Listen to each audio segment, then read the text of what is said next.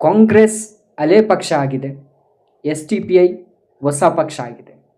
ಆದರೆ ಇತ್ತೀಚಿನ ದಿನಗಳಲ್ಲಿ ಕೆಲವೊಂದು ಮುಸ್ಲಿಂ ಸಮುದಾಯಗಳು SDPI ಎನ್ನುವಂತಹ ಒಂದು ಪಕ್ಷ ಏನಿದೆ ಅದರ ಕಡೆ ಹೋಗ್ತಾ ಇದೆ. ಯಾಕೆ ಹೋಗ್ತಾ ಇದೆ? ಏನು ಕಾಂಗ್ರೆಸ್ ನಮಗೆ ಏನು ಕೊಡಲಿಲ್ವಾ?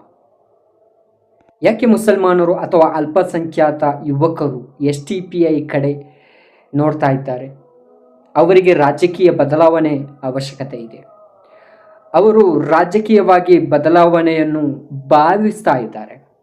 ಆದರೆ ಕೆಲವೊಮ್ಮೆ ಕರ್ನಾಟಕದಲ್ಲಿ SDPI ಎನ್ನುವಂತಹ ಒಂದು ಪಕ್ಷ ಏನಿದೆ ಅಧಿಕಾರಗಳನ್ನು ಚಲಾಯಿಸುವಂತಹ ಅಥವಾ ಅವರ MLAಗಳನ್ನು MP ಗಳನ್ನು ಕರ್ನಾಟಕಕ್ಕೆ ತರುವಂತಹ ಸಂದರ್ಭಗಳು ಸಮಯಗಳು ಬರಲಿಕ್ಕಿದೆ.